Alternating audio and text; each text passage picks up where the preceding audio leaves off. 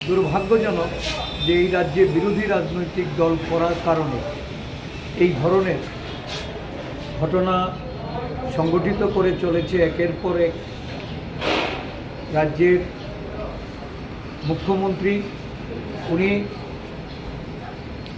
প্রতিটা ঘটনার পরিপ্রেক্ষিতে আশ্বস্ত করেন, সুশাসনের কথা বলেন, মানুষের নিরাপত্তার দায়িত্ব নিয়ে যখন নিরপরাধ মানুষ আক্রমণের শিকার হচ্ছে, যারা এই ঘটনা ঘটাচ্ছে বিজেপি বা শাসক দলের এই গুন্ডাদের, সন্ত্রাসীদের বিরুদ্ধে কোনো পদক্ষেপ আরক্ষা প্রশাসন থেকে আমরা দেখতে পাচ্ছি। শাসক দলের আশ্রিত গুন্ডারাই একের পর এক আক্রমণ ঘটিয়ে এরা পার পেয়ে যাচ্ছে।